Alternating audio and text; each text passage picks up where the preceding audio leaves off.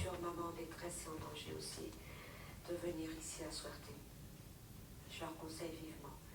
Ce sera dur au départ, mais comme tout, hein, la vie n'est pas facile, mais elles seront plus sereines avec leurs enfants, plus sereines avec elles-mêmes, et elles s'en sortiront beaucoup plus fortes sur tout ça.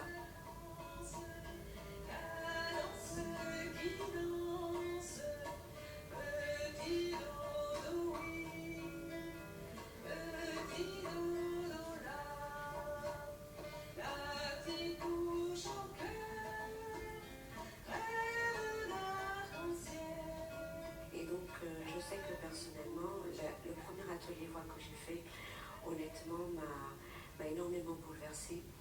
Parce qu'au lieu de penser à mon bébé que j'attends, j'ai pensé à mes 2 autres enfants.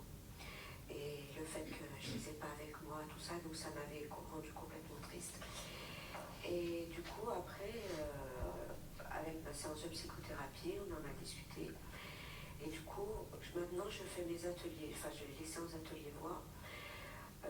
Vraiment en m'occupant que de mon fils actuellement. Et lui, ça lui permet d'entendre des bruits différents, des sons différents, des voix différentes. Et moi, je le ressens quand il bouge différemment selon les sons qu'il entend. Et ça, c'est formidable comme découverte pour une future maman, parce que c'est là qu'elle s'aperçoit que son enfant, soit il est un peu trop brusque dans ses gestes, et là c'est peut-être trop fort pour lui, ou alors il va plus se bercer parce que le son va plus lui plaire. En fait, on apprend à décoder. C'est une découverte, quoi. Et c'est des choses qui n'existaient pas il y a 15 ans en arrière, et bon, aujourd'hui je découvre énormément de choses. Donc c'est toujours ça, encore une fois, c'est un outil, c'est magnifique, mais il faut l'adapter aux personnes. Sinon, on pourrait se dire facilement, ben voilà, oui, ben, elle ne chante pas pour son enfant, qu'est-ce que c'est ça? Ben non, moi je ne peux pas donner quelque chose que j'ai pas. Et elles, c'est pareil. Donc il faut d'abord leur donner pour qu'elles puissent donner à leur enfant. Sinon, encore une fois, elles sont jugées. Déjà, elles se jugent elles-mêmes, mais alors 10 fois plus.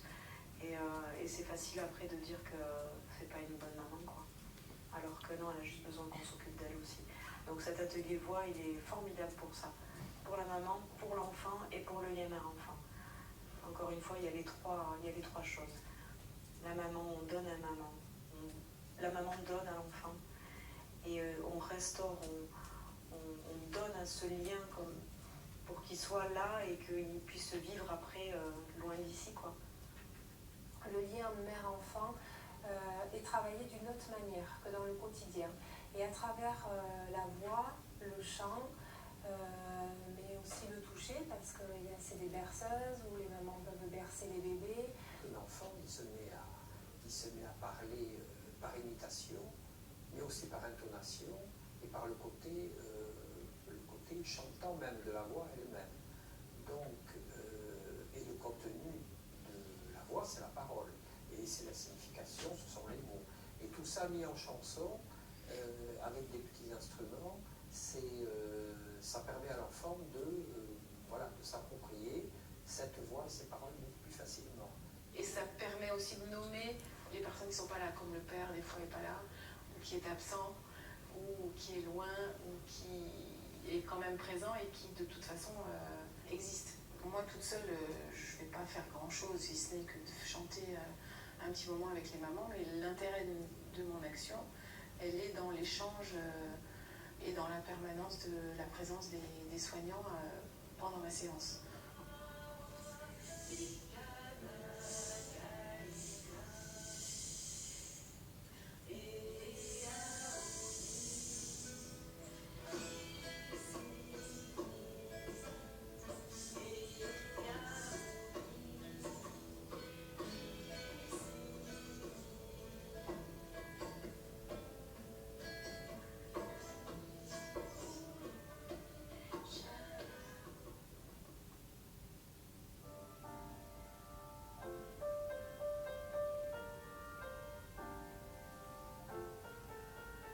Franchement, ils m'ont aidé, franchement, de tous les côtés, on va dire.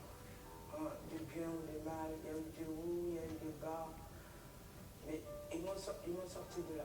Franchement, là je revois mes enfants. Ils m'ont refait.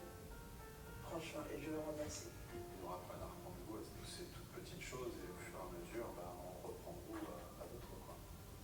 Au jour d'aujourd'hui, je sais que j'ai des mains qui sont tendues, des oreilles qui m'écoutent et qui sont là pour m'épauler. Je veux dire, on peut dire qu'ici on est considéré comme une grande famille. Et je leur remercierai jamais assez, je pense. Je ne serai jamais seule. S'il y aura des choses, des problèmes dehors que j'espère pas, je sais qu'ils sont toujours là. Je peux prendre le téléphone direct et le téléphoner. Même en étant à distance, je sais qu'ils sont toujours là.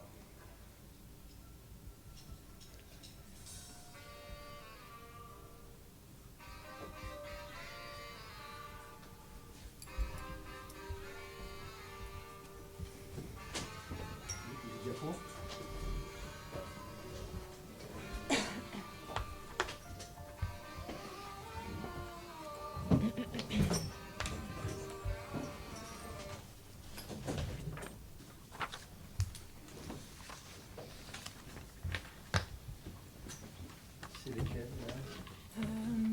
Oui, il y a marqué 2024, le dernier. Le dernier? Je vais revenir à la première. Ouais.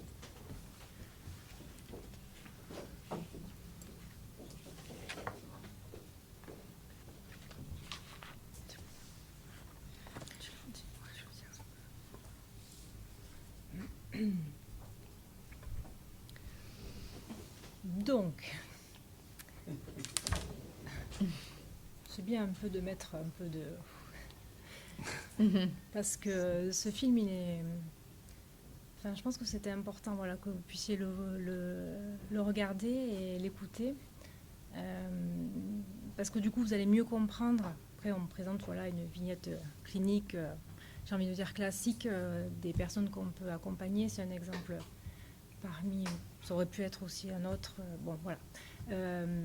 Mais je pense que vous allez peut-être, j'espère, mieux percevoir du coup dans ce qu'on va vous dire maintenant et vous représenter un peu mieux l'accompagnement. C'est sûr que c'est du H24 tout le temps. Il y a tout le temps quelqu'un, la nuit, le jour. On est tout le temps en lien, on est tout le temps en relation. Et comme ils ont très bien dit tous, hein, il y a des hauts, il y a des bas. Des fois, ça va pas, c'est dur, on se comprend pas.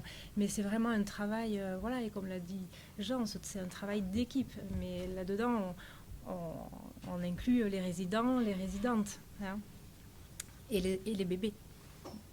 Alors à présent, on accueille les enfants jusqu'à l'âge de 3 ans, depuis 2017. 2011, c'était jusqu'à 1 an. Et 2017, jusqu'à 3 ans. Parce qu'on a fait une unité que vous avez vue quand elle chante. Voilà, c'est une unité spécifique, mais et j'ai envie de vous dire, c'est une unité spécifique, mais qui est également inclus dans le XAPA. C'est-à-dire que c'est sur les espaces sont hyper importants. C'est-à-dire que c'est vraiment, c'est un peu en retrait, mais elles sont tout de suite, les mamans et les bébés, ils sont tout de suite là avec les autres résidents pour partager le repas, aller dehors. C'est sur le même palier, d'accord ? Même si elles sont un peu plus au calme et que tous les autres résidents ne peuvent pas aller du côté des mamans et des bébés. Donc, eh bien, on va commencer du coup par vous présenter cette vignette clinique. Donc, Mathilde, je te laisse démarrer et on le fera à 2 voix. Oui. Donc, c'est la situation de Ido et Léa, qui sont accueillis sur l'unité mère-enfant du XAPA depuis le 13 avril 2023, donc un petit peu plus d'1 an. Au niveau du contexte de leur venue, alors c'est une femme de 32 ans qui est accueillie avec son bébé qui s'appelle Léa, qui est née en mars 2023. Ido a 2 autres enfants qui ont 6 et 4 ans. Ils sont placés chez les grands-parents maternels, chez ses parents à elle. Ido est séparée du père de ses 2 aînés et elle ne sait pas qui est le père de Léa. Elle est adressée en urgence par l'équipe de la maternité du centre hospitalier de Bayonne. Ido a une problématique addictive cocaïne, crack, cannabis et elle n'a pas de suivi extérieur. Elle a fait un déni de grossesse jusqu'à la 34e semaine de sa grossesse. Elle a consommé surtout du crack jusqu'au jour de l'accouchement à 37 semaines, accouchement qui était au domicile d'une amie seule. Quand elle a pris la grossesse à 34 semaines, elle a dit qu'elle souhaitait accoucher sous X, mais finalement, elle a changé d'avis vraiment à la naissance en voyant sa fille. Et Ido et sa fille présentent du coup une grande vulnérabilité médico-psychosociale, donc pas de suivi addictologique ni psychologique, sans logement, violence conjugale. Et comme on disait, c'est une vignette classique. Nous, ça nous semble une situation classique, mais en même temps, c'est dramatique. Hein. Voilà. C'est une situation d'extrême urgence avec un contexte particulier d'admission. Donc déjà par le fait du déni de grossesse, pas de prise en charge à l'extérieur. Les collègues vont rencontrer Ido à la maternité et on dira plus tard, mais en fait la différence avec Ido, ça a été qu'elle a tout de suite accepté le projet et elle y a adhéré de suite. Ce qu'elle a pu en dire, c'est que c'était une porte d'entrée à ce moment-là juste pour ne pas perdre sa fille et faire différemment avec ses autres enfants. Du coup, vignette suivante. Donc la situation familiale d'Ido, donc elle est issue d'une famille aisée, on pourrait même dire très aisée, sans aucun problème financier. Elle avait tout ce qu'elle voulait, tout le temps, et c'est toujours le cas actuellement. Elle présente ses parents comme étant énormément absents durant son enfance, qu'ils travaillaient beaucoup, et même dans les temps libres où elle était à la maison, ils ne partageaient pas grand-chose, pour ne pas dire rien avec elle et sa sœur. Donc elle a une sœur aînée de 35 ans, qui a 2 enfants, qui est socialement insérée, sans problématique addictive. Alors ces enfants sont placés, les 2 premiers enfants d'Ido sont placés chez ses parents à elle, depuis septembre 2022, car elle nous disait « j'oubliais complètement mes enfants quand je consommais ». C'est-à-dire qu'elle pouvait les laisser chez ses parents, partir dans des consos, ne plus se souvenir qu'ils existaient et revenir, je ne sais pas combien de temps après. Le père de ces 2 premiers enfants a une problématique aussi addictive, sévère, au crack et non stabilisée. Alors, quand Ido arrive, les parents, donc, ses parents, ils sont très très présents dans sa tête. Donc, elle en parle tout le temps au début du séjour. Elle ne sait pas du tout penser pour elle, ni pour ses enfants d'ailleurs, et sans se demander ce que eux ils en pensent, qu'est-ce qu'ils feraient, qu'est-ce qu'ils diraient, et donc elle essaye de se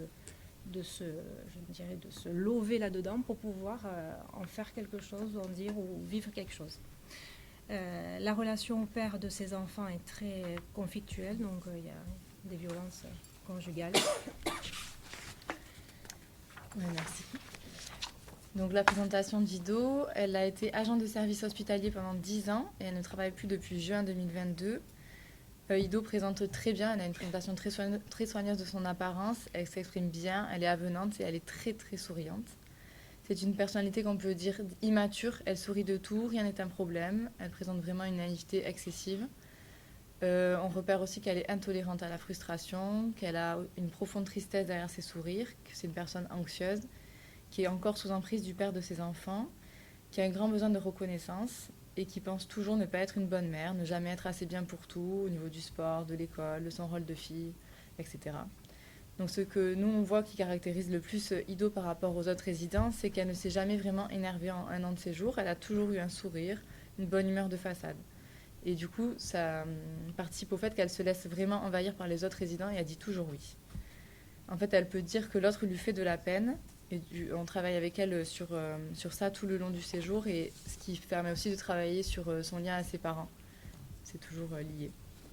Et avec nous aussi, du coup. Avec nous, ouais. Parce qu'elle est aussi avec nous dans quelque chose, sourire, mais oui, ça va bien. Donc tout le travail aussi est arrivé d'accueillir ça, de faire avec ça bien sûr, mais pour pouvoir après aller un peu plus loin. Voilà, pour aller un peu plus loin. Donc sa situation addictologique et psychique, donc début des consommations à 15 ans, tabac, cannabis quotidiennement. À 16 ans, consommation régulière de cocaïne et d'alcool, parce qu'elle sortait énormément.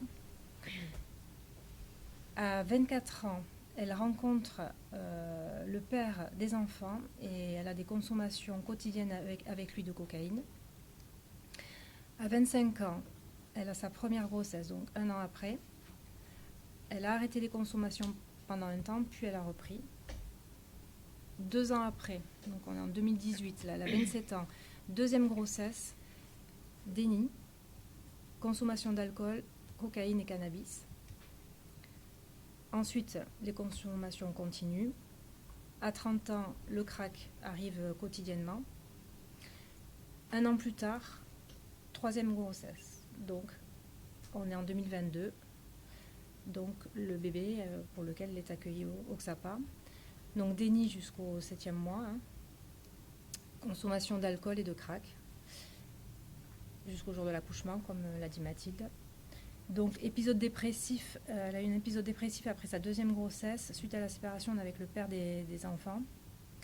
Donc, des violences physiques, psychiques et sexuelles rapportées. Elle a eu 2 tentatives de suicide médicamenteuses, des troubles des conduites alimentaires avec boulimie depuis l'adolescence, pratique intensive du sport à l'adolescence et achat compulsif. Achat compulsif. Là, ça fait plus d'1 an qu'il n'y a aucune consommation de produits. Cependant, demeurent des cravings importants, et notamment du côté de l'alimentation. Donc, elle a pris beaucoup de poids, elle a pris 15 kilos. Elle mange en grande quantité. Et elle pouvait même parfois organiser des sorties, parce qu'on fonctionne avec des sorties tous les 2 mois, en fonction de choses qu'elle voulait manger, ou ça, comment elle pouvait se faire livrer. Voilà. Et les achats compulsifs aussi persistent encore aujourd'hui, avec des achats frénétiques d'habits, de babioles, voilà. Et à l'adolescence, Mathilde a un exemple assez... Oui, ce qu'elle nous a rapporté récemment, qu'à l'adolescence et jeune adulte, ses parents lui ont acheté 5 ou 6 voitures neuves. À chaque fois, soit elle les cassait très vite, ou alors elle les revendait. Et pareil, pour les Thermomix, elle en a eu une dizaine. Donc un Thermomix, vous voyez à peu près le prix. Sa mère lui a acheté un Thermomix. Et dans les jours qui suivaient, elle avait déjà revendu. Et sa mère lui rachetait un Thermomix, mais il y en a eu une dizaine. Donc c'est pour voir un peu la gestion de l'argent aussi. Et encore, dans le séjour au XAPA, alors sur les premières sorties, ses parents, sa mère, lui faisaient des virements aussi, bancaires, pour qu'elle ait des sous. Mais du coup, quand elle avait des sous, alors qu'elle n'en avait pas besoin, et qu'elle avait ses propres sous, même si c'était peu, voilà, ça, mais donc du coup, avec ces sous-là, voilà. Donc c'est les achats compulsifs qui... Et puis aussi l'envie des cravings, aussi l'envie de produits, vraiment, et d'aller consommer parce que j'ai des sous. Voilà, donc c'est des choses qu'on travaille aussi beaucoup avec elle, qu'elle ne voyait pas, et qu'elle commence à vraiment bien identifier. Et elle commence aussi quelques positionnements, on verra, mais la question de se positionner pour elle avec les autres de manière générale, et donc avec ses parents, est très complexe et compliquée pour elle. Et, bon voilà, on en parlera après. Oui, on va parler de Léa, du coup le bébé qui aujourd'hui a 14 mois. Donc Léa est née prématurément en siège, sans équipe soignante, au domicile d'une amie de sa mère, donc elles étaient seules toutes les deux. Sa mère était sous-produit, positive à la cocaïne. Elle est arrivée à 3 semaines de vie sur le XAPA Brocodis en ordonnance de placement provisoire dans les modalités d'un accueil mère-enfant. Alors, Léa, c'est un bébé très facile en apparence jusqu'à ses 11 mois, mais qui était en retrait relationnel, qui ne se manifestait pas. Elle attendait trop, elle dormait beaucoup, difficulté de faire du lien avec elle. Elle avait besoin de stimulation très régulière pour évoluer. Et elle avait tout de même des compétences repérées quand l'adulte la sollicitait. Elle pouvait regarder, sourire. Et c'était un bébé qui était beaucoup dans l'observation de tous les moindres bruits, mouvements, tout le temps aussi en vigilance. Du coup, par rapport à ce retrait relationnel, on a aussi été dans la même temporalité formés à l'échelle ADBB de Antoine Guédonnet. Voilà, c'était important pour nous de repérer si les bébés qu'on accueille sont en retrait relationnel ou pas et d'évaluer leur évolution au XAPA. Et cette échelle, cet outil nous permet d'affiner nos observations précoces du bébé. En effet, depuis le départ de l'unité mère-enfant, nous observons que les bébés sont vraiment plus discrets, faciles, ils se font facilement oublier. Et ça nous a toujours questionnés. On est du coup tout le temps en lien, depuis la création, comme le disaient Jean, avec les professionnels de la petite enfance, psychomotricienne qu'il y a au centre, et PMI, CAMS, voilà, pour prendre en charge au mieux ces bébés. Oui, c'est des bébés Qu'on oublie. qu'on oublie, qui ne réclament pas Non. et qui attendent. Nerea, si on n'arrivait pas, elle pouvait dormir jusqu'à 11h, depuis 19h la veille au soir, enfin, sans aucun souci. Et un bébé voilà. n'attend pas. Non. Enfin, voilà. Sauf que oui. Et elle est comment, la bébé? Maintenant, elle est verte. Maintenant, c'est bon, et on n'a pas... Ça veut dire quoi? Elle est pas dans le retrait. Et on n'a pas du coup évalué au début, on n'avait pas encore fait la formation, mais de tous les souvenirs qu'on en a, c'était problématique, quoi. Mais là, du coup, avec cet outil, on va pouvoir, sur les prochains accueils, évaluer au début. Ouais, bel outil. Alors, le séjour au Xapa Broc 10. Donc, du côté d'Ido, besoin d'étayage et de cadre contenant. Besoin de se poser dans un lieu sécure. Donc ça, Jean en a parlé aussi, mais la sécurité et être entouré, porté, je ne sais plus qui dit ça dans la vidéo aussi, mais c'est ce dont elles ont besoin. Enfin, ils en ont tous besoin, hein, les résidents aussi, hein, clairement. On mais n'entend que ça en tout cas dans la vidéo. oui, mais ils ont besoin, ils ont besoin que de ça, vraiment. Enfin, en priorité sur la base. Qu'ils puissent se mettre dessus et après ils peuvent aller voir un peu, explorer ailleurs, j'ai envie de dire, mais ils ont besoin de ça quand même bébé, et pour explorer il a besoin d'une base sécure. Voilà. Donc ça c'est vraiment très important, et c'est vrai que ce lieu il apporte ça d'emblée, quoi. Voilà. Alors l'adhésion et la confiance en l'accompagnement proposé, ça on le souligne parce que c'est pas toujours le cas. Vraiment pas, même si une adhésion et la confiance, elle finit par se faire. L'alliance, elle finit par arriver à un moment donné, et celles qui ne peuvent pas, bon, ben voilà, ça arrive aussi, hein, mais c'est que c'est pas le moment, c'est que c'est pas un lieu adapté, enfin, bon, voilà. Mais c'est vrai que Ido, elle a tout de suite adhéré et eu confiance à l'équipe. Alors, est-ce que ça parle aussi de son sourire, de cette facilité qu'elle a, peut-être. Mais en même temps, elle sait aussi des fois quand ça ne lui plaît pas. Donc, voilà. Ça s'est fait tout de suite, en tout cas. Elle a été actrice aussi de son soin de manière globale, à se questionner, même si c'était dur pour elle. Elle a eu donc des entretiens fréquents avec l'équipe, éducateurs, psychologues, médecins. Enfin, ça, c'est la richesse. C'est-à-dire qu'on fait autant d'entretiens formels que informels. Donc, il y a des entretiens, en fait, tout le temps. La nuit, le jour. Difficulté à se positionner auprès des résidents, c'est ce qu'on disait, et de ses parents, ce dont on parlait tout à l'heure. Donc, ça, très, très difficile pour elle. Elle ne sait pas dire non. Elle ne sait pas dire non à l'autre. Elle ne sait pas quand il est trop intrusif. Elle ne sait pas... Elle n'y arrive pas. Mise en place d'un suivi médico-psychosocial sur l'extérieur, parce que comme on l'a dit tout à l'heure, elle n'avait, donc situation d'urgence, elle n'avait pas d'équipe, elle n'était pas suivie, c'était le cadet de ses soucis, enfin elle n'en voyait pas l'intérêt, le sens, voilà. Donc ça c'était un travail, ça fait plus d'1 an qu'elles sont au Xapa, hein, donc ça ne se fait pas, c'est un chemin. Elle est investie donc dans l'accompagnement des soins auprès de sa fille, et ça dès le départ. Et elle a vraiment investi les visites aussi tous les 15 jours de ses 2 fils, et elle a vraiment tenu à garder ce lien-là, et à ce qu'ils puissent, donc ils viennent sur la structure tous les 15 jours voir leur mère, ils partagent toute la matinée, un repas. Alors ça aussi ça a été progressivement, hein, mais ça se fait pas non plus comme ça, mais c'est une régularité qui a vraiment été très actrice là-dedans. Concernant Léa, donc un bébé facile, mais on a mis...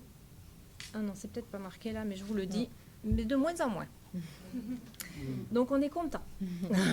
On est content qu'elle râle, qu'elle crie.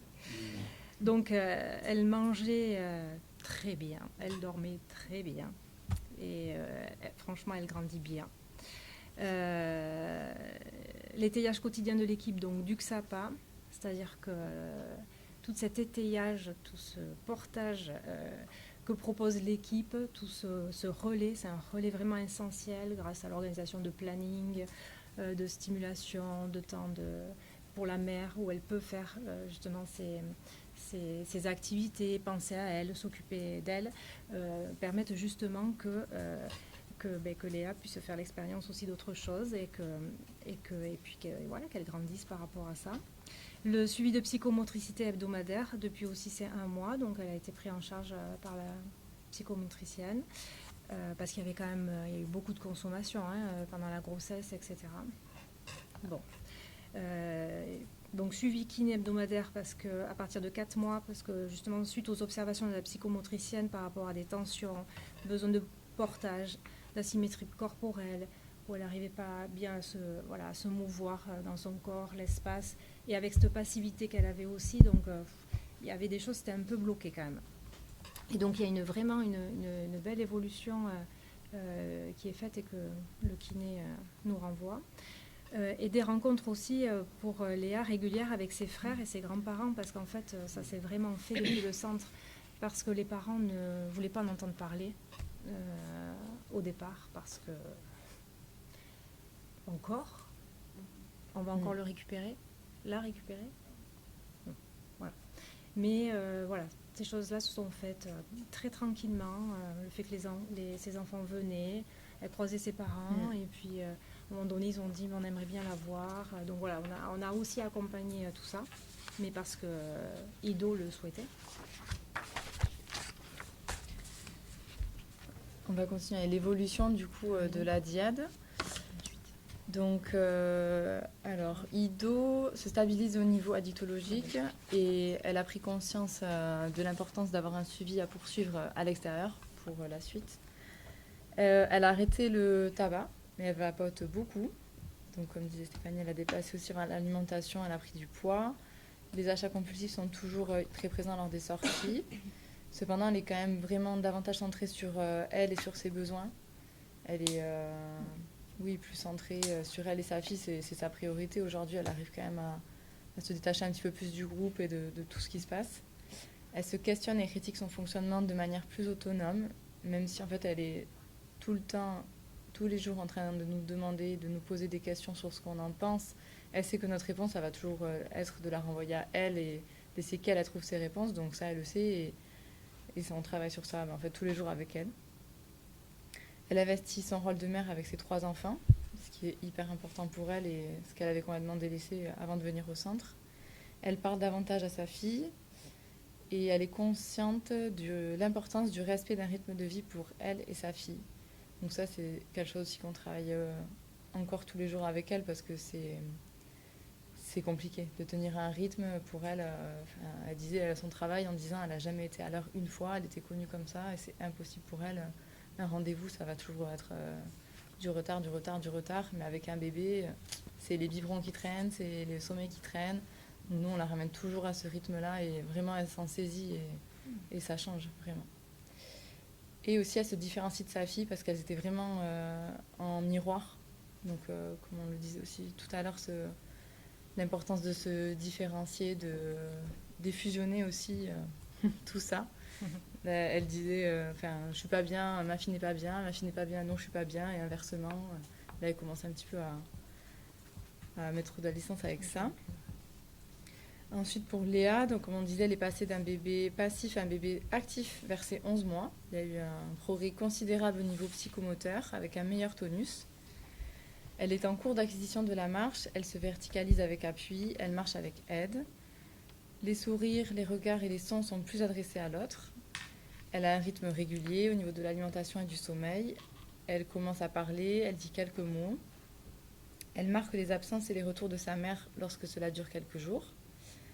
Elle a cependant toujours des cris très stridents pour exprimer une émotion forte, donc joie, frustration. Et elle commence à se poser quelques minutes sur une activité. L'accordage, du coup, pour le lien mère-enfant, l'accordage mère-enfant est de qualité. Donc, on voit vraiment qu'Ido est attentive à sa fille et sensible à son bien-être. Des temps de qualité sont passés ensemble chaque jour. Ido aime être avec sa fille. Elle joue et chante avec et pour sa fille. Elle cuisine pour elle 2 fois par semaine. Toutes les deux se saisissent de l'atelier voix et de l'atelier bébé nageur avec la notion de plaisir partagé. Ido communique de plus en plus avec sa fille qui est en train de développer le langage. Et on peut dire qu'un lien d'attachement sécure semble s'établir pour Léa. Le point de vigilance pour la suite, ça va être que Ido soit à l'écoute de ses propres besoins et limites afin de pouvoir répondre à ceux de ses enfants. Parce que l'équilibre reste fragile et toujours en construction. Par exemple, si elle passe une mauvaise nuit, récemment, sa fille faisait les dents, donc elle s'est réveillée une fois, ce qui est très rare. C'était fini. Le matin, démotivée, ses enfants devaient venir à 10h, à 9h, à 10h. Non, mais on annule tout, je suis trop fatiguée, c'est pas possible. Non. Nous, on réassure toujours, t'es capable, tu peux, t'es fatiguée, tu te reposeras après. C'est le plus important pour tes fils, c'est quoi, c'est ça. Enfin, c'est être réassuré en permanence et remobilisé. Donc du coup, je vais vous lire juste parce qu'elle a voulu dire quelque chose. Parce qu'elle sait qu'on est là et qu'on parle d'elle. Donc elle a dit « Bonjour, je suis arrivée à Brockedis avec ma fille de 2 semaines. Nous avions déjà un passé très difficile toutes les deux. Grâce à ce centre, j'ai pu me soigner en étant auprès d'elle. J'ai eu la chance de pouvoir la voir grandir, apprendre à la connaître, tout ça en me soignant et en étant suivie par des professionnels. Mes 2 autres enfants peuvent aussi venir le mercredi nous voir dans le centre. Il y a un grand espace et un bel environnement pour des enfants. On fait aussi des activités mère-enfant qu'on n'aurait sûrement pas pensé ou eu l'occasion de faire à l'extérieur, comme bébé nageur, lien avec la danse, mère-enfant, les chansons avec instruments, psychomote, 3 points de suspension. Ce centre m'aura appris en 14 mois à prendre du temps pour me soigner, pour ma fille et pour moi. Cela n'est pas toujours facile, mais c'est une bonne expérience dont j'avais besoin pour mes enfants et pour moi. Merci. Voilà. Donc je trouve qu'on se rejoint quand même. Et juste pour finir, la question de la suite. En ce moment, elle va être orientée vers l'appartement thérapeutique qu'on a, mais qui est extérieur au centre. Donc ça va être quelque chose d'un peu plus autonome, tout en gardant la même équipe, avec des modalités un peu différentes, mais qui restent les mêmes. Le juge des enfants a accepté ce projet. Il y a une demande en cours pour Léa pour une place en crèche dès la rentrée de septembre. Donc poursuite des soins de l'accompagnement donc avec toute l'équipe du XAPA. Continuité du suivi aussi extérieur au centre, d'accord, médical, addictologique, psychologique par l'équipe référente qui la suivra et qui continuera de la suivre après. Poursuite de l'accompagnement donc de Léa, PMI, psychomotricité, kiné, enfin tout ce qu'elle a besoin pour continuer de bien se développer. Et puis un travail vers un logement autonome à moyen et long terme pour la DIAD. Parce que ça, c'est aussi un des fondements du projet, c'est qu'on est ici pour en sortir ou pour s'en sortir. Voilà. On ne peut pas résister à vous applaudir quand même.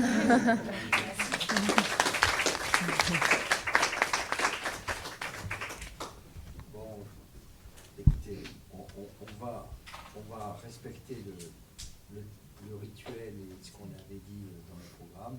C'est-à-dire que maintenant, c'est le temps d'Angela, qui est donc doctorante, qui connaît cette clinique dans un autre contexte. Et donc, elle a préparé une discussion. Vous lui avez envoyé la situation clinique et donc elle va réagir. Et après, on s'en donnera, n'ayez crainte. Le tempo est parfait, il nous reste 25 minutes. Donc, il faudra nous laisser une petite dizaine de minutes pour discuter. Hein. C'est possible, ça, Angela? Oui, je vais essayer de faire okay.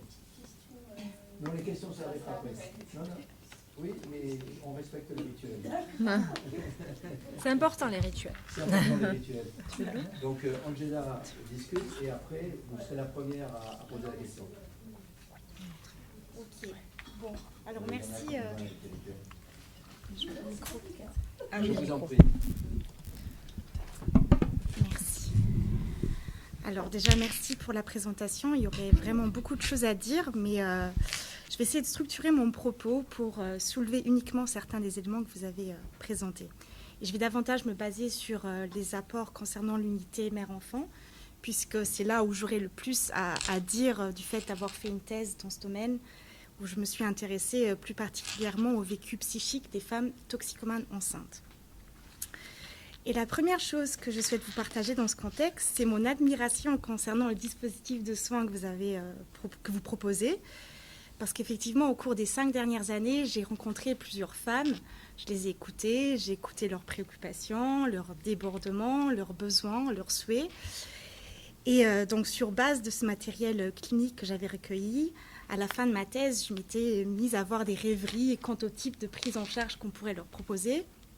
Donc, j'avais pensé à une prise en charge intensive, en milieu stationnaire, enfin avec hébergement, durant cette fenêtre thérapeutique qui est si précieuse.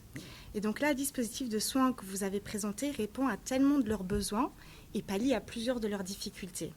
Donc je vais maintenant préciser certains de ces aspects en faisant peut-être le lien, si vous le permettez, avec ma thèse et les principaux constats que j'ai pu mettre en évidence. Donc tout d'abord, je voudrais aborder la contenance qui est offerte à ces femmes du fait qu'il s'agisse justement d'une prise en charge intensive, stationnaire, qui accorde beaucoup d'importance à transmettre une stabilité, une continuité, des repères, un quotidien qui est rythmé et ritualisé, au sein d'un projet de soins personnalisé où elles sont au centre de l'attention. Donc elles ont un espace à elles, on s'occupe d'elles. Ce sont là 2 aspects qui me semblent vraiment fondamentaux et dont la plupart des femmes sont carencées justement. Puis il y a l'endroit, le lieu en lui-même, on le voit bien dans la vidéo, cette maison qui évoque quelque chose de familial, ce qui les nourrit probablement aussi, on le voit bien dans la manière dont les résidents en parlent. Mais le terme de contenance me semble aussi particulièrement approprié puisque le projet de soins est global et très élaboré. Il y a la possibilité d'un suivi médicalisé pour l'enfant, d'un suivi en psychomotricité, puis pour la mère, il est possible d'avoir aussi un suivi psychologique et psychiatrique de ce que j'en ai compris. Donc elles sont très contenues et c'est ce qui leur permettra d'assurer cette fonction-là pour leur enfant après. Mais le fait aussi de coordonner et de regrouper l'ensemble des suivis leur permet probablement aussi de se rassembler, de s'ancrer quelque part, d'être moins éparpillés et puis d'être moins stressés aussi. C'est drôle parce que c'est vraiment ce terme de stress qui m'est venu à l'esprit, parce que c'est un mot qui revenait sans cesse dans chacun des entretiens menés avec les femmes de ma recherche. Elles racontaient leur stress durant la grossesse, comment elles multipliaient les rendez-vous avec les médecins, les sages-femmes, l'assistante sociale, l'équipe addicto, les psychologues. Donc cela nécessitait beaucoup de structure et d'organisation. Enfin, déjà pour une femme non toxicomane, le suivi de grossesse peut être intense, mais alors là pour elles, qui ont cette vulnérabilité et qui manquent justement de ces aspects-là, d'avoir des repères, d'avoir une régularité, une stabilité, ça pouvait être très compliqué. Et d'ailleurs, c'est aussi ce qui menait souvent à confusion et pouvait être interprété à tort comme une absence d'intérêt ou une négligence de leur part, alors que cela reflétait justement l'une de leurs problématiques principales. Donc le stress, j'ai pu faire l'expérience que ce mot revenait très souvent dans leur discours et au début, je n'y accordais pas une attention particulière. Ce terme me semblait tellement vague et général d'une certaine manière, mais sa récurrence pour chacune des femmes m'a vraiment amenée à chercher à comprendre ce qu'elles plaçaient dans ce mot, ce que cela signifiait pour elles et ce que cela venait traduire de leur vécu singulier. Et donc, il me semblait que c'était leur manière à elles de dire leur débordement, leur souffrance, mais peut-être aussi la tristesse de ne pas pouvoir vivre sereinement leur grossesse et de devoir constamment répondre aux demandes des divers intervenants sans que cela ne les rassure non plus véritablement quant à leur crainte du placement qui est souvent très forte. Donc souvent, quand elles repensent à leur grossesse, leurs émotions, leurs préoccupations durant cette période, c'est ce stress-là qui leur revient en mémoire. Cela leur coûtait énormément de suivre ce rythme et parfois elles disaient se soumettre par crainte de répercussions négatives sur leur situation ou par crainte d'être considérées comme des mauvaises mères, des mères défaillantes et donc cela venait majorer encore plus les fragilités narcissiques qui étaient déjà les leurs. Donc moi, ce que j'ai vraiment appris pour ces femmes, c'est que la grossesse est très souvent un moment stressant et angoissant qui vient vraiment empiéter sur leur expérience de maternité ainsi que sur le lien mère-enfant. Et là, dans la vidéo, le témoignage de la résidente enceinte, je trouve, le décrit très bien. Le fait qu'elle ait tout ce dont elle a besoin, que ce soit au niveau matériel, mais aussi au niveau des suivis, lui permet vraiment d'être sereine, d'avoir le temps pour sa grossesse, pour son enfant, et d'être davantage disponible psychiquement pour le lien.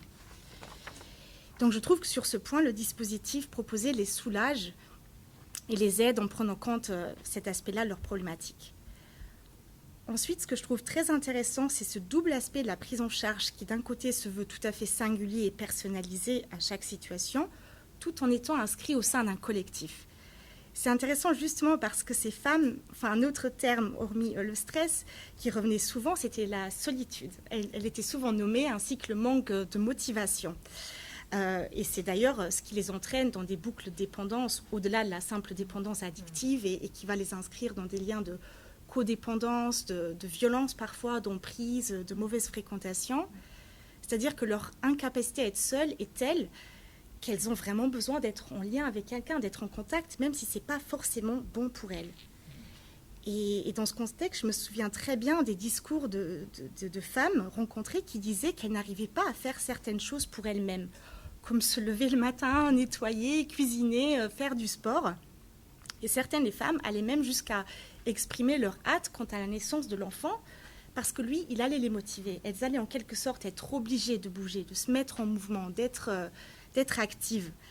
Et donc l'enfant occupait une place importante dans ce contexte. Et c'était vraiment en demande d'un cadre, d'une structure, d'une contenance, et parfois ça pouvait aller jusqu'à une injonction de soi en fait. Donc là, cet aspect du collectif, je peux imaginer qu'il est probablement très investi par elle.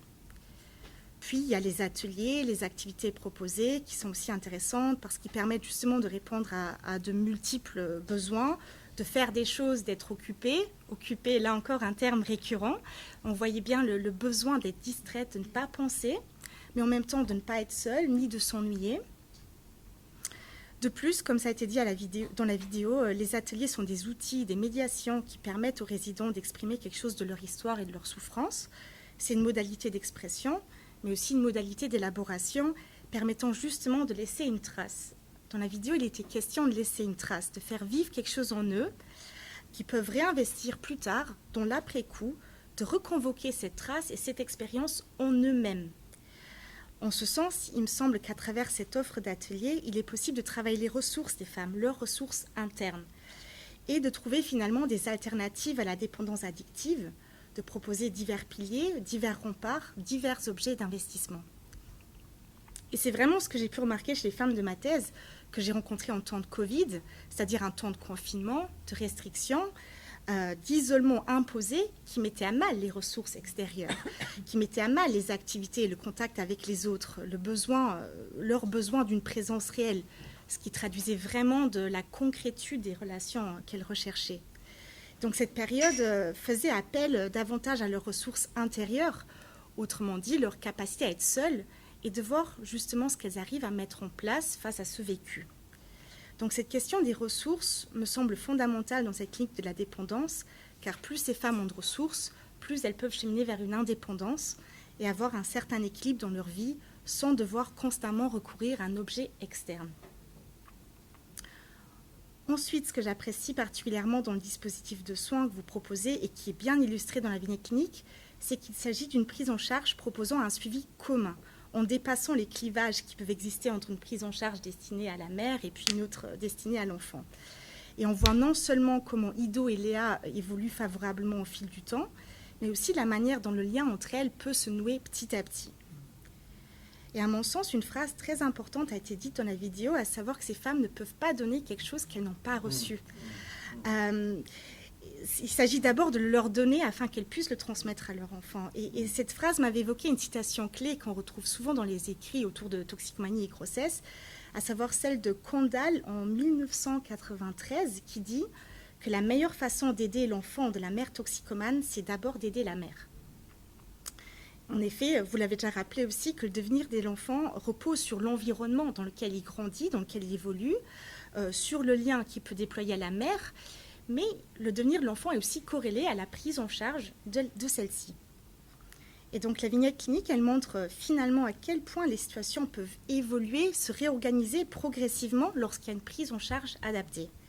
Au départ, on constate la sévérité de la situation et de la problématique addictive d'Ido, polytoxicomane, qui présente un déni de grossesse allant jusqu'au 7e mois de grossesse, un contexte de vie et un environnement qui cumulent finalement plusieurs facteurs aggravants, tels qu'une précarité, l'absence de logement, un contexte de violence conjugale, une forte emprise du conjoint. Là, on voit bien qu'il n'y a pas que la toxicomanie qui est problématique, et ce sont d'ailleurs souvent ces situations-là qui sont les plus redoutables et qui mènent au placement de l'enfant, car la toxicomanie vient s'associer à des conditions psychosociales défavorables et peut de ce fait être considérée comme un facteur de danger pour lui. Donc le séjour au XAPA, cette prise en charge intensive, a vraiment permis de contenir la mère, l'enfant et la DIAD. À travers cette prise en charge, la contenance, l'offre de diverses médiations dans les ateliers, comme par exemple le chant, il a été possible d'étayer le lien mère-enfant, d'éviter une séparation, mais de permettre aussi à la mère de se vivre comme étant capable d'être une bonne mère, soutenant par là son narcissisme. Un autre point que je voudrais mettre en avant ici est celui de la dépendance. Je l'ai déjà brièvement évoqué, mais je voudrais vraiment insister dessus. Après ces 50 thèses, il me semble vraiment important de ne pas réduire la dépendance à la simple dépendance addictive. J'ai utilisé l'image de l'iceberg dans ma thèse pour illustrer cette idée. Alors, la dépendance addictive, addiction ou toxicomanie peut être envisagée comme un symptôme représentant la partie émergée de l'iceberg. La dépendance, quant à elle, peut être considérée comme la partie sous-jacente et cachée de l'iceberg. C'est-à-dire que ce concept de dépendance, en tant qu'axe psychopathologique majeur, me semble le plus adéquat pour mettre au travail et approfondir cette clinique, parce qu'il permet justement de prendre un peu de distance par rapport à la toxicomanie des femmes. Et en ce sens, l'arrêt de la consommation ne présage alors en aucun cas de la résolution de la problématique de dépendance qui peut se manifester par le biais de visages différents. Dans la vignette clinique que vous avez présentée, on voit très bien à quel point la problématique plus générale de la dépendance est prépondérante et sous-jacente à la toxicomanie d'Ido. D'ailleurs, on constate dans l'évolution de sa dépendance addictive que quand elle ne consomme plus, le rapport à la nourriture, aux achats compulsifs se renforce, comme si ce processus de dépendance devait se rabattre sur autre chose, investir d'autres objets, d'autres champs. Ce constat rejoint vraiment l'un des principaux résultats de ma thèse, à savoir la prédisposition de ces sujets à investir de manière avide et intense, parfois excessive, les objets de manière générale. J'y établis le lien avec la question de la dépression et de la disposition fondamentale de ces sujets à ressentir un vide, révélant alors le potentiel de chaque objet ou activité dans le monde externe à devenir le support sur lequel va venir se nidifier le processus de dépendance. Cela souligne l'importance de ne pas seulement envisager la problématique de dépendance comme un tableau figé, mais de le considérer comme un processus psychique vivant, se dévoilant à travers une multitude d'objets, de comportements et de relations, tout en ne se réduisant jamais à ces derniers.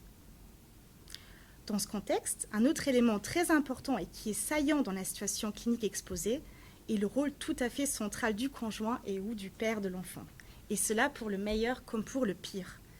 C'est un constat qui se retrouve très souvent dans la littérature, mais aussi sur le terrain. Le conjoint ou le père de l'enfant a un impact majeur sur l'évolution et le pronostic de ces situations. Dans le meilleur des cas, il peut avoir une influence positive favorisant l'adhésion de la femme à une prise en charge, à un suivi obstétrical régulier, et il peut étayer le lien mère-enfant. Et puis, dans le pire des cas, il constitue un élément clé de la consommation de ces femmes et des rechutes en postnatal. Leur situation peut de ce fait très rapidement se dégrader, se désorganiser, ce qui a vraisemblablement aussi été le cas d'Ido, qui était plus ou moins stable auparavant dans sa vie, qui travaillait et puis se retrouve à vivre un épisode dépressif ainsi qu'à faire 2 tentatives de suicide suite à la rupture amoureuse. Donc l'influence du conjoint paraît majeure et ne doit pas être sous-estimée. J'ai pu le voir pour chacune des participantes de ma recherche. Ce qui leur avait permis d'être abstinentes, c'est de choisir des hommes stables, abstinents, voire même parfois des profils radicalement opposés à la drogue, ou alors elle décrivait des hommes sportifs, religieux, en tout cas des hommes qu'elle décrivait comme forts mentalement. Elle s'appuyait beaucoup sur eux et se nourrissait de cette qualité qu'elle nommait force pour rester abstinentes et stables dans leur vie. L'ensemble de ces scénarios, et j'ai bientôt fini, l'ensemble de ces scénarios permet de prendre conscience de l'importance d'une variable tout à fait primordiale dans le contexte périnatal, notamment celle de la qualité d'étayage. On le note facilement en comparant les situations entre elles, mais en réalité, on peut aussi le constater chez une seule et même femme lorsque celle-ci a connu plusieurs grossesses.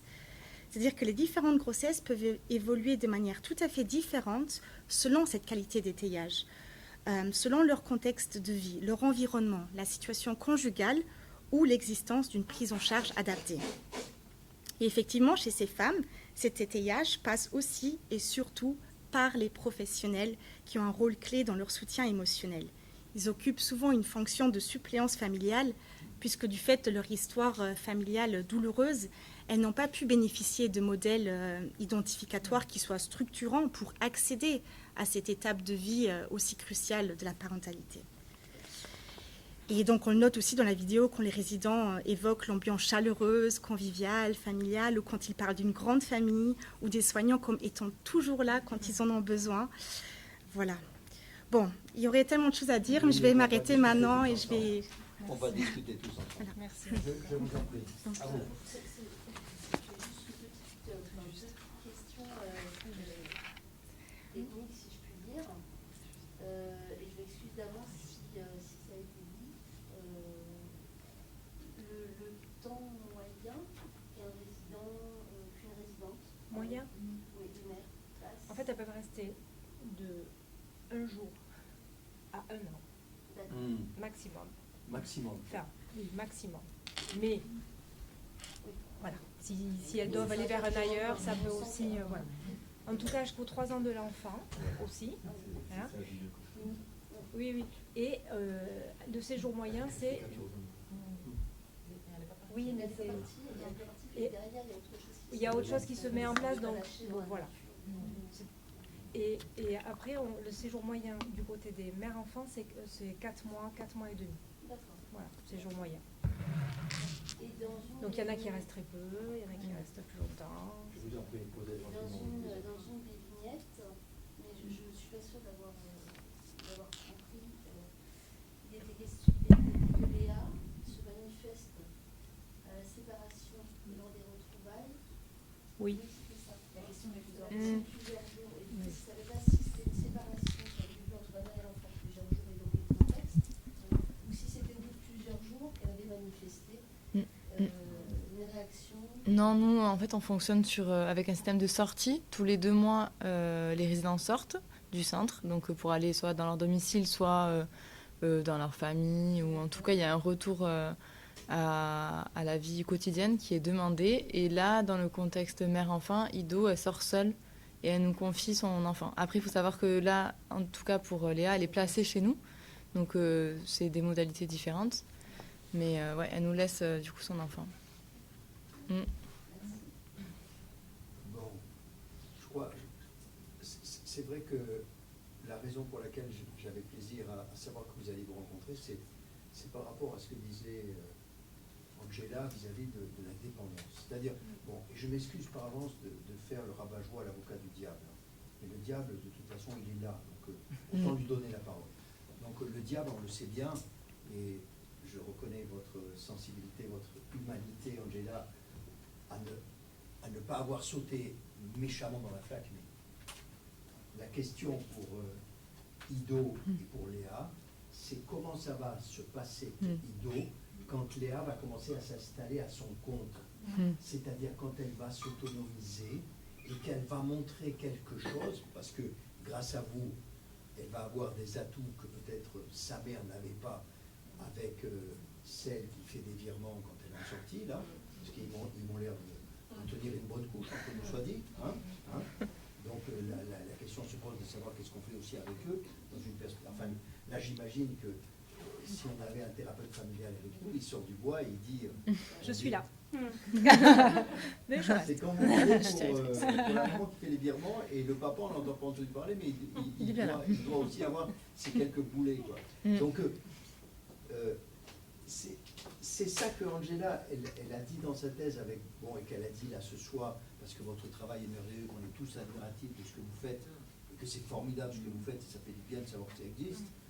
Mais il n'empêche qu'il y a un grain à l'horizon tout noir, qui est que, en dépit de ces pépites, de ces merveilles que nous vous présentez, est-ce que je peux dire, Angela et moi, on est inquiets pour quand Ido va voir sa Léa commencer à s'installer à son compte. C'est-à-dire qu'on va se rejouer, les thérapeutes familiaux diraient, le conflit générationnel, quoi. C'est-à-dire, et si Léa arrivait à faire des trucs que sa mère ne réussit manifestement pas à faire, quoi. Je dis les choses en les brusquant un peu. Je vous en prie. Merci. autre question, mais je vais demander pour partager les dernières minutes. Ça faisait partie des questions que je voulais poser. Est-ce qu'il est possible pour les maires, enfin pour les maires et puis pour les résidents au niveau plus large, mais de revenir dans ce lieu-là? Parce que j'ai bien entendu qu'il pouvait y avoir un travail à l'extérieur, etc. Mais ce lieu, il est souvent très contenant. Est-ce que c'est possible de revenir quand justement ils en ont besoin?